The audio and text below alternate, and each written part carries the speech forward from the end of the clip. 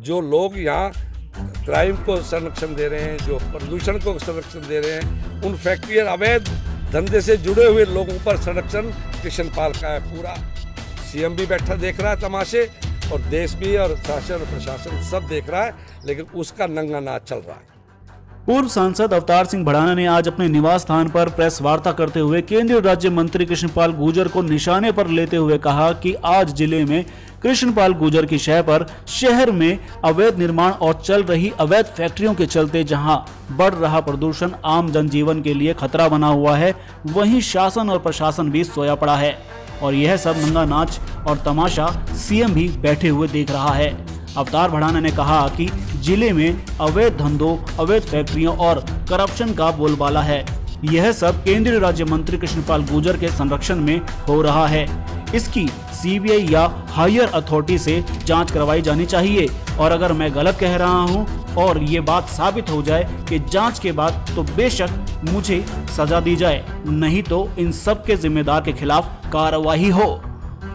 देखिए, मैं सबसे पहले चिंतित हूं और इसी चिंता को लेकर मैं आज आया हूं और मैंने आपसे बात की है कि यहाँ पर्यावरण को नष्ट किया गया, यहाँ प्रदूषण इतना बढ़ चुका है कि आम जनजीवन खतरे में पड़ गया है।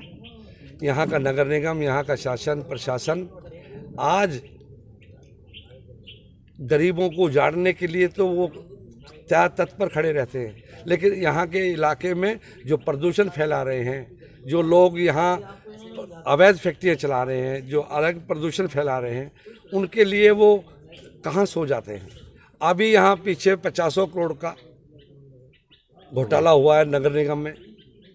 हुड्डा के पास भी अब हुड्डा की और नगर निगम की जिम्मेदारी है कि वो इन चीज़ों को आकर देखें।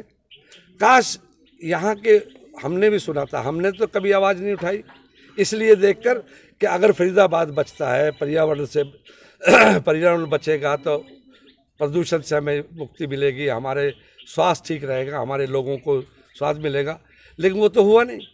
हुआ है तो सरकार साबित करे इस बात को कि खोड़ी और सूरजकुंड के आसपास से जो लाखों लोग उजाड़े गए हैं, उनके उजड़ने के बाद उस वक्त हमारा प्रदूषण क्या था और आज क्या है। अगर है तो उस पर रोक क्यों नहीं लगी।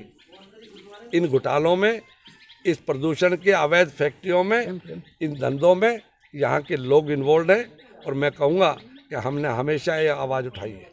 आपने नेताओं का नाम लिया, कौन नेता है? निश्चित तौर पर इसके पीछे पैसे भी इकट्ठे हुए हैं। ये तो सरकार का काम है ना। यहाँ सिर्फ सरकार के मुख्यमंत्री जी को मैं कह चुका हूँ, शासन और प्रशासन को जब सूचना दे चुका, आज तक उसका कोई जवाब नहीं है। यहाँ सिर्फ और सिर्फ मैं नहीं, मेरा विरोधी है, मेरे चुनाव लड़ा इसलिए नहीं,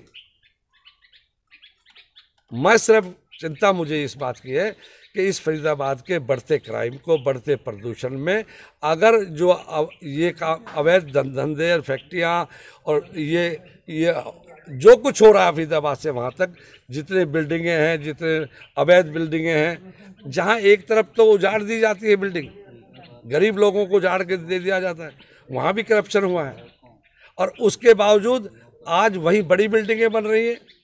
उस पे में फरीदाबाद में अगर किसी की शे पर कुछ अवैध धंधे होते हैं या इस प्रशासन पे किसी का अंकुश है तो उसका नाम यहाँ का कृष्णपाल एमपी और मिनिस्टर भारत सरकार की शे पर उनके संरक्षण में हो रहा है जो कुछ हो रहा है। इसकी सीबीआई से या बड़ी हाई अथॉरिटीज बनाकर चीफ मिनिस्टर और सेंट्रल गवर्नमेंट इसका सर्वे करा कर इनकी रिपोर्ट मंगाए और जो दोषी हैं, अगर मैं एलिगेशन लगा रहा हूँ वो दोषी नहीं है तो इंक्वायरी के लिए तैयार हो। अगर वो दोषी नहीं पाए गए तो मुझे दोषी ठहराना, मुझे सजा देना, यानी उनको उनके खिलाफ कार्रवाई होनी चाहिए। जो लोग यहाँ क्राइम को संरक्षण दे रहे हैं, जो प्रदूषण को संरक्षण दे रहे हैं, उन फैक्ट्री और अवैध धंधे से जुड़े हुए लोगों पर संरक्षण कृष्णपाल का है पूरा। सीएम भी बैठा देख रहा है तमाशे, और देश भी और शासन और प्रशासन सब देख रहा है, लेकिन उसका नंगा नाच चल रहा है।